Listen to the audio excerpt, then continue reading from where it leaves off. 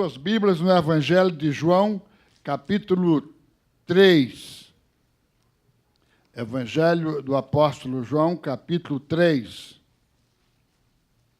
Quem encontrou, diga amém. Amém. Quem não trouxe Bíblia, confesse seu pecado.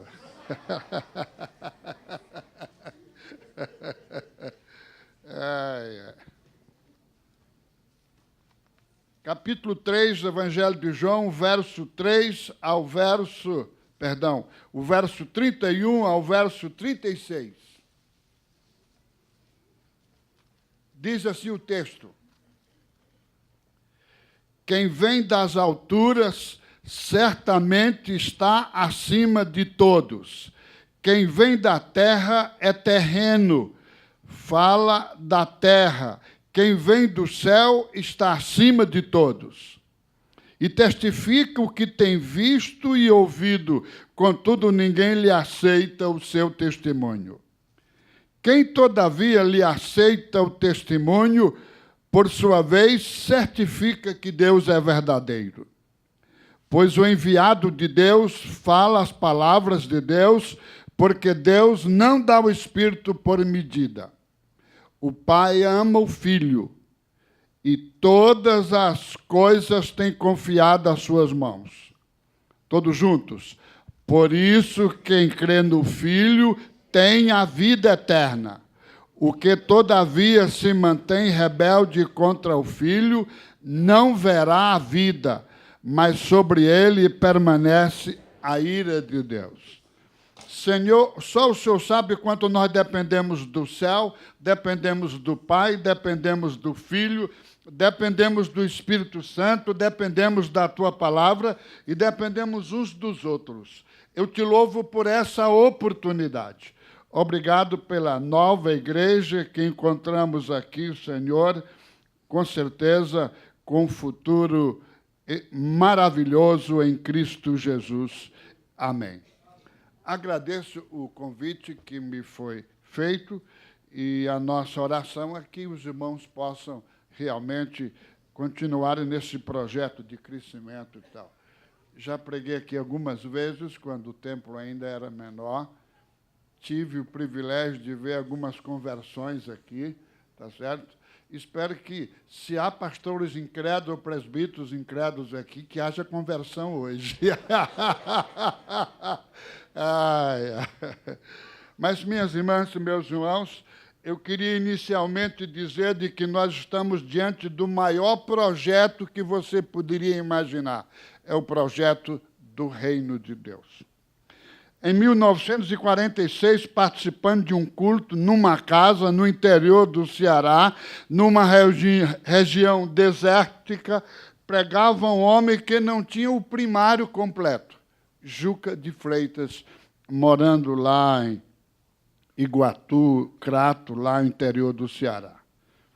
O fato é que ele pregou, fez o apelo, e o meu pai se levanta e respondendo ao apelo. Eu pensava que o meu pai ia embora, aí acompanhei meu pai, e agarrado na mão do meu pai, que ele vai embora, eu sou garoto com 6 anos de idade. Diante do púlpito, o meu pai disse: não, meu filho, o seu pai não vai embora. O seu pai está assumindo um compromisso com Cristo Jesus hoje, agora. Eu quero dizer a você, minha irmã e meu irmão, de que, com 6 anos de idade, Deus me marcou até hoje. E até hoje eu posso sentir esse fogo no meu coração. Eu queria dizer, se nós queremos pensar em evangelização, o primeiro missionário é o Deus Pai, Deus Filho, Deus Espírito Santo. Mas, em segundo lugar, é a família. Meu pai tomou essa decisão e eu me sinto privilegiado e marcado. Eu creio firmemente na predestinação, na eleição. Eu quero dizer a vocês que eu, desde aquele dia, me sinto marcado como propriedade exclusiva de Deus. Esse texto está dizendo o seguinte: quem vem das alturas certamente está acima de todos.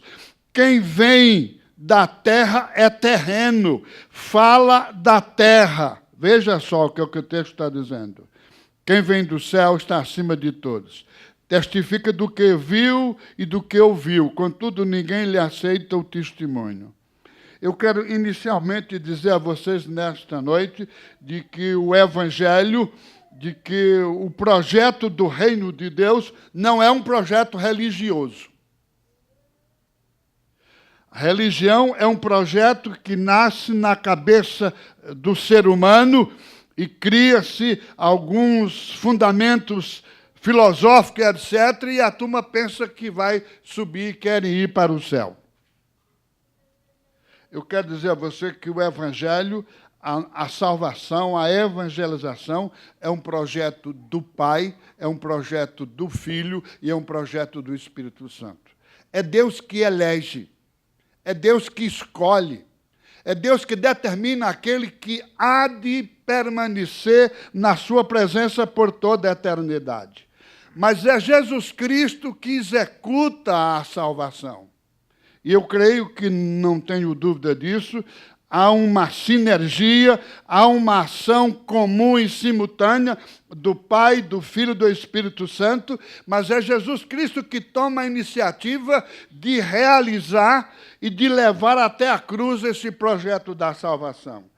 E a Bíblia vai dizer que aquele que vem de cima é maior. Jesus Cristo se encarna. Ele se fez homem, nasceu de Maria, nasceu em Belém, viveu em Nazaré, viveu em Cafarnaum, morreu em Jerusalém, ressuscitou e vai voltar. A igreja proclama, ela crê de que nós estamos aguardando a segunda volta de Cristo Jesus. Então, veja só, não somente é Deus que elege, não somente é Jesus Cristo que executa a salvação, mas é também o Espírito Santo que aplica a salvação no nosso coração. Eu queria que você abrisse sua Bíblia em 1 Coríntios 12, o verso 3. Isso é um texto que me impressiona quando eu leio esse texto. Texto de 1 Coríntios, capítulo 12 e o verso 3. Olha o que é que o texto está dizendo assim. Por isso vos faço compreender que ninguém que fala pelo Espírito de Deus afirma anátema Jesus. Por outro lado, ninguém pode dizer Senhor Jesus senão pelo Espírito Santo. Nós estamos num projeto de evangelização, num projeto de missões, de que é Deus que estabelece o projeto, é Jesus Cristo que executa, e para isso ele se encarna, ele vem, etc., mas é o Espírito Santo que aplica a salvação no nosso coração. Eu sempre queria entender bem, e o Colégio Apostólico também queria entender isso, que quando Jesus realiza o seu ministério, ele morre, ressuscita, vai para o céu. Todo mundo do Colégio Apostólico queria saber quem era que ia substituir Jesus. E Jesus está indo para o Calvário, rumo à cruz, ele vai morrer. O Colégio Apostólico não está acreditando nesse Messias que vai para a cruz, que morre. Há uma crise sem precedente e Jesus Cristo, ela não adianta. Vocês não estão entendendo, mas o Pai mandou e eu vou fazer assim. Eu creio que eu já disse isso nessa igreja, se não disse eu vou lembrar. Se tiver algum colega meu do seminário, escute bem isso. A crise é tamanha que Pedro nega, que Tomé perde a fé, que Judas se enforca. Se enforcou porque quis, ele já era do mal mesmo, então vai para lá, pode se enforcar. Pedro negou, Tomé perdeu a fé, Judas se enforcou, todos fugiram, Jesus ficou só. E ele disse, eu fico só, mas essa missão vai ser cumprida. Aliás, eu não estou só porque o Pai está comigo. O Pai e o Filho estavam juntos. Minhas irmãs e meus irmãos, eu estou dizendo isso porque acabo de escrever um livrinho, quero publicar. Eu nem vou vender aqui para o meu colega, porque já está dando o privilégio de anunciar o livro aqui e tal, etc., Mas, minhas irmãs, o que eu queria dizer a vocês é o seguinte: a crise apostólica é uma crise sem precedente. Jesus ficou só. E diz a Bíblia que ele ressuscita, fica 40 dias depois da ressurreição para botar o colégio apostólico em ordem. Se Jesus sobe sem esses 40 dias de convivência, de reunião, realinhamento teológico, missionário, etc., nós não tínhamos a igreja apostólica hoje. Mas Jesus Cristo vai atrás de Pedro, ele vai atrás de Tomé, ele vai atrás de cada um deles. A Bíblia está dizendo que esse projeto é do Pai, esse projeto é do Filho, esse projeto é do Espírito Santo. E não há crise, não há temores, não há dúvida, porque esse projeto há de prevalecer. Jesus Cristo restaura Pedro, restaura Tomé, e Tomé ousou numa reunião em que Jesus Cristo aparece, e quando Tomé chega, diz: Jesus Cristo ressuscitou, está entre nós. Ele disse: eu não creio mais. E ele diz: eu só creio se eu colocar o meu dedo no buraco dos cravos, se eu colocar a minha mão no buraco da lança, senão eu não creio mais. Esse menino não era presbiteriano ainda, gente. E o fato é que Jesus aparece, olha a sensibilidade de Jesus, a doçura de Jesus, a paciência de Jesus. Chega, Tomé, vem cá, põe o teu dedo aqui. E quando ele viu que era Jesus, aí ele começou a ter um chilique nas pernas. Jesus disse: não, você disse que quer colocar, e você vai colocar esse dedo nos cravos. Coloca o dedo. Coloca no colo, você vai colocar. Quando Jesus quer te levar para o reino de Deus, quando ele até quer transformar você numa cidadã, num cidadão do reino de Deus, ele age da maneira mais simples, mais objetiva, para que não haja dúvida. E no final ele diz para Tomé: não sejas incrédulo, mas crente. Ser discípulo de Cristo é crer. É reconhecer que foi Deus que escolheu, foi Deus que elegeu. É reconhecer que foi Cristo que morreu por nós na cruz do Calvário, que foi o Espírito Santo que aplicou isso no nosso coração. Esse texto está dizendo que quem vem de cima é maior. Quem vem da terra é da terra. Eu gostaria muito, minha irmã e meu irmão, se você entendesse que o nosso projeto não é um projeto religioso, não é um projeto montado na terra e que estamos marchando para ir para o céu. É o contrário. O Evangelho é um movimento que vem do céu à terra, estabelecido pelo Pai, realizado por Cristo Jesus e aplicado pelo Espírito Santo de Deus. Eu era pastor em Belém do Pará, e aí uma irmãzinha já anciã, cabecinha branca, tal, disse: pastor, eu quero que o senhor ore por mim, porque eu já estou querendo ir para o céu, já não quero mais ficar aqui. Eu disse: minha irmã, essa teologia sua não está boa. Disse: por quê? Porque Deus mandou Jesus Cristo para cá, e já está programada a segunda vinda de Cristo para cá. E mandou o Espírito Santo para cá. Você vai para onde, minha filha? Está todo mundo vindo para cá. A missão é aqui. O nosso trabalho é aqui. A igreja de Cristo foi estabelecida aqui. E o apóstolo Pedro diz uma coisa que eu acho fantástica. Ele diz: a igreja é a família de Deus Pai. É Paulo que diz isso. É a família de Deus Pai. É o corpo de Cristo. É o santuário do Espírito Santo. Mas o apóstolo Pedro vai dizer que a igreja é o sacerdócio de Cristo Jesus. Eu concordo plenamente com o pastor Harold Cook, que completou 100 anos. Aí celebraram o aniversário dele, etc., e alguém disse para ele: reverendo Haroldo Cook, que Deus dê mais 50 anos para o senhor. O homem já tinha 100. Ele disse: irmão, não limite a graça divina.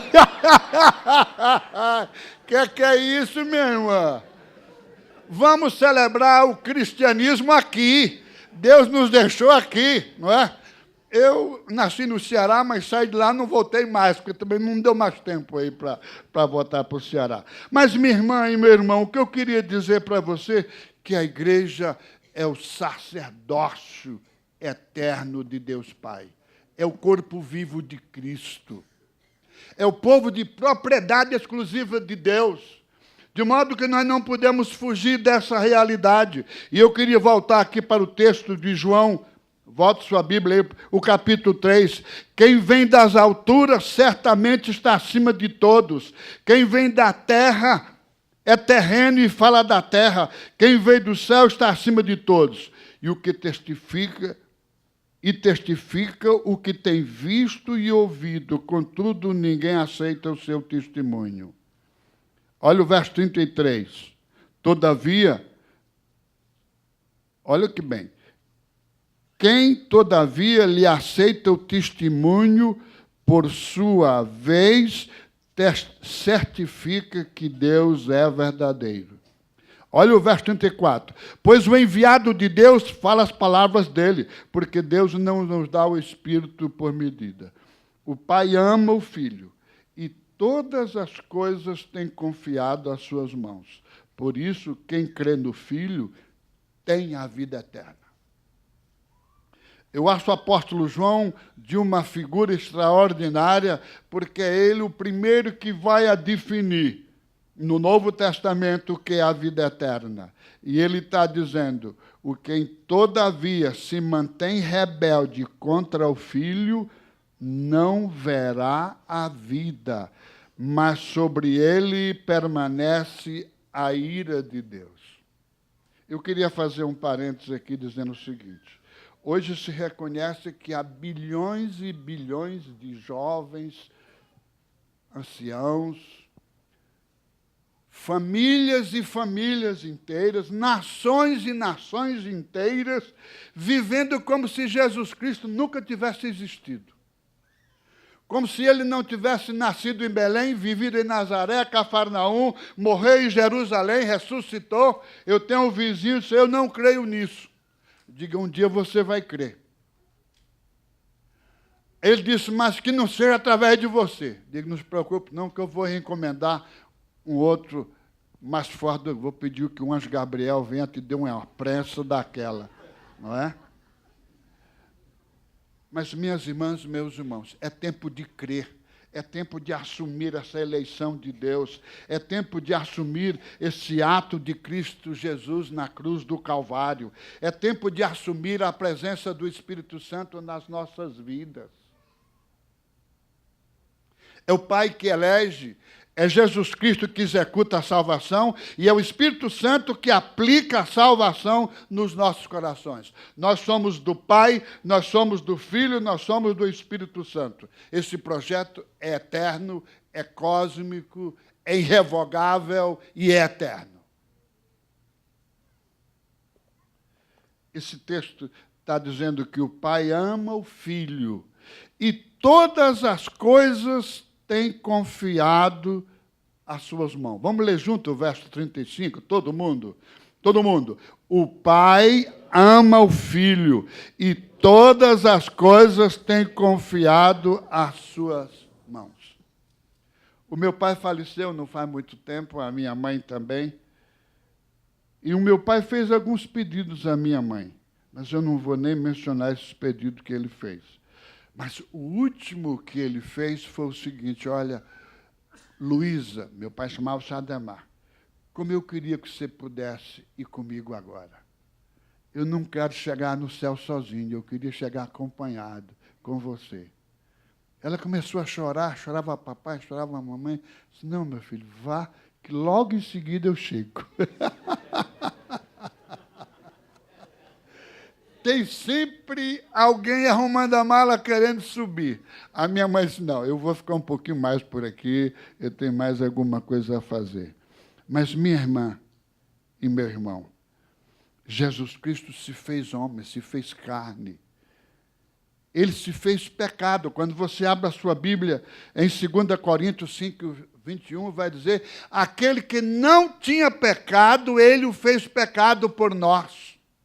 A Igreja Presbiteriana crê nisso plenamente, admitindo de que a morte de Cristo é a nossa morte. Aquela morte era nossa, aquela cruz era nossa, aquele sofrimento era nossa. Mas Deus ama o Filho e Ele envia o seu Filho.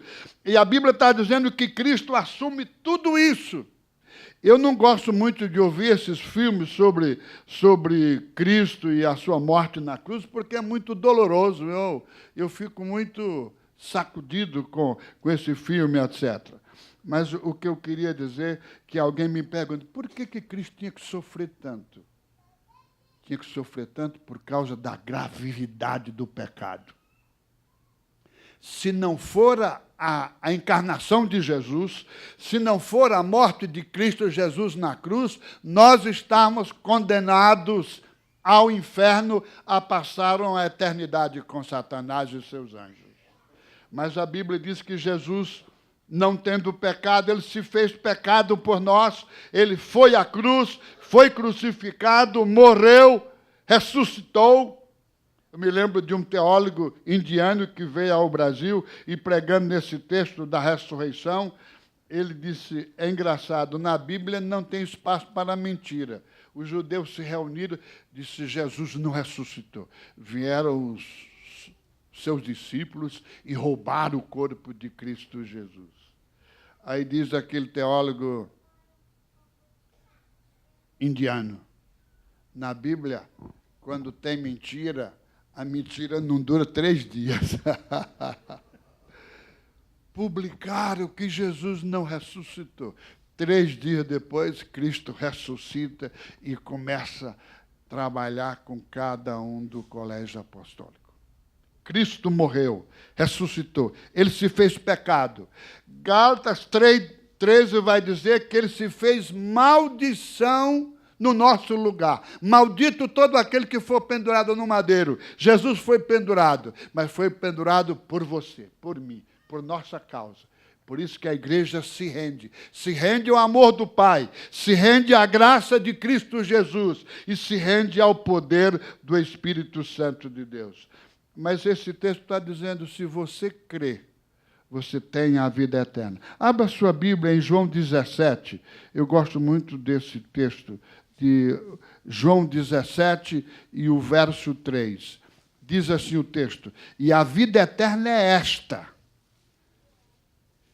que te conheçam a ti, o único Deus verdadeiro, e a Jesus Cristo a quem enviaste. Vamos ler todos juntos? Quem tiver Bíblia, por favor. Todos juntos. E a vida eterna é esta, que te conheçam a ti, o único Deus verdadeiro, e a Jesus Cristo a quem enviaste. Isso é a vida eterna. A vida eterna é o pleno conhecimento do amor do Pai, é o pleno conhecimento da graça de Cristo Jesus, e é o pleno conhecimento, recebimento e batismo com o Espírito Santo de Deus. Eu queria dizer nesta noite a você, você precisa parar, você precisa refletir, porque é tempo de decidir aonde você vai passar a eternidade. A minha mãe, ao morrer, quase morrendo, perguntou à minha irmã, que também já fez teologia, etc., e ela disse, minha filha, eu vou morrer. Quem vai me receber lá no céu? Ela esperava que a minha irmã dissesse, quem vai esperar é o teu maridão que está lá te esperando. Mas ela não podia dizer isso porque não tem base bíblica. Minha mãe, quem vai te esperar é Jesus. A Bíblia está dizendo, não se turbe o vosso coração, credes em Deus, crede também em mim. Na casa de meu pai há muitas moradas. Se assim não for, eu vou lhe teria dito, pois vou preparar-vos lugar. E quando eu for e vos preparar lugar, voltarei e vos receberei para mim mesmo. Minhas irmãs, no amor do Pai, na graça de Cristo Jesus e no poder do Espírito Santo, nós estaremos onde Cristo estiver. E é Ele que está dizendo que vai te receber. Ele te espera. Você pode não ter pressa, mas que a sua hora vai chegar, vai. Eu vi uma história no Ceará, não sei se eu conto, se eu não conto, tal. O camarada um anjo apareceu e disse, te prepara que tal dia eu venho te buscar. Marcou o encontro de vir buscar o rapaz. Era um jovem. Aí o jovem tinha um cabelo assim, tal, etc. Aí ele disse, eu vou enganar esse anjo. Mandou cortar o cabelo e tal, ficou quase zerado. Agora a turma está zerando tudo agora aí, é impressionante, né? Aí disse que o anjo chegou, procurou o rapaz, não tinha cabeleira, não tinha mais nada, tal. Vai para lá, vai para cá. Aí diz, já que eu não achei esse cabeludo, eu vou levar esse careca aqui. Ai, ai, ai. Minhas irmãs, a nossa vida está agendada lá em cima. Quem convoca é Deus. Quem marca a data é Deus. Por isso, não brinque. Não é? É Deus. Deus nos amou, Deus nos elegeu. Cristo morreu por nós na cruz do Calvário, ressuscitou. O Espírito Santo está agindo em nós. Está agindo nesse congresso, nesse encontro, nessa noite. Eu queria que você parasse um pouco, refletisse e que você tomasse uma decisão. Eu vou me entregar a Cristo Jesus. Não há outro. Não há outro. Você não encontra base na Bíblia. Igreja do apóstolo Paulo, igreja de Tomé, igreja de Judas nem tem, nem está na lista, não é? Igreja de um e do outro. A igreja de Jesus. E quando Jesus sobe ao céu, ele entrega a igreja ao Espírito Santo de Deus. É o Espírito Santo que vem e assume a liderança da igreja. É ele que age na nossa conversão. E se o Espírito Santo está te convencendo de que você deve entregar sua vida a Cristo Jesus, meu irmão, não perca essa oportunidade. Deixa eu dizer uma coisa para você. A sua salvação já foi decidida pelo Pai, já foi decidida por Cristo Jesus, pelo Espírito Santo, e já está determinada aqui na palavra de Deus. Mas você diz João 5:24. Abra suas Bíblias aí em João 5:24 e eu vou encerrar. O texto diz o seguinte: aquele que ouve a minha palavra e crê naquele que me enviou, tem a vida eterna, não entra em juízo, mas passou da morte para a vida. Todos juntos. Aquele, bem forte, aquele que ouve a minha palavra e crê naquele que me enviou, tem a vida eterna, não entra em juízo, mas passou da morte para a vida. Minhas irmãs e meus irmãos, eu quero dizer aqui uma verdade que eu considero de fundamental importância. A Bíblia está dizendo que quando você entrega a sua vida a Cristo, quando você confessa que Jesus não veio em vão, que Jesus não morreu em vão, morreu por você, para te salvar, para te libertar, o projeto de Deus Pai em Cristo Jesus é que você tenha uma eternidade na presença de Deus. Mas você tem que decidir aqui. Não deixe para amanhã. Eu tenho um colega, o Helder, que montou uma igreja grande aqui próximo, no Jardim Botânico. Ele era empresário na época e resolveu ir para Bogotá montar um projeto da empresa lá. Foi para o aeroporto estava lotado de uma maneira que você não entendia bem as coisas. Houve uma fila lá, ele entrou na fila, abriu a porta do avião, entrou no avião, levantou o voo. Depois de algumas horas, alguém anuncia: este avião estará em Frankfurt daqui a tantas horas. Ele disse: não, mas eu não vou para Frankfurt, eu vou para Bogotá. O senhor está num voo errado. Tem muita gente que se considera religioso, tem muita gente que se considera cristão, mas está num bonde errado. O pior, meu irmão, se isso aterrissar no inferno. E quem vai te receber é o capeta. Capeta é um nome mais suave que o cearense arranjou para dizer que é o diabo. esse texto está dizendo que quem ouviu a palavra de Deus e creu não entra em juízo. A Bíblia está dizendo que aquele que tomou uma decisão por Cristo Jesus, diz a Bíblia, que você vai estar diante de Deus, não vai ser julgado e você vai ser recebido como se você nunca tivesse pecado na sua vida. Porque Jesus já pagou o preço da sua salvação.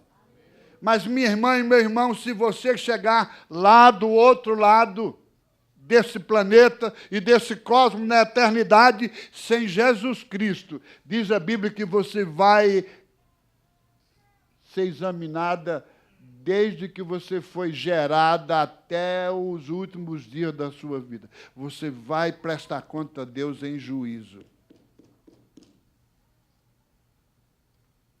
Eu, como cearense, eu me converti e digo, não, senhor, cearense tem muitos pecados, eu não vou nessa, não. Eu quero é Jesus Cristo. Eu quero é chegar lá e ver que a minha ficha já foi queimada, ela está limpa, foi lavada no sangue do Cordeiro. Eu quero o amor do Pai, eu quero a graça de Jesus, eu quero o poder do Espírito Santo, eu quero viver com os santos do céu. Curve a sua cabeça agora. Se você já é um cristão, você já é presbiteriano, você pertence a uma igreja evangélica, mas se você crê que esse é um momento de reflexão, e você precisa, talvez, um reajuste da sua agenda,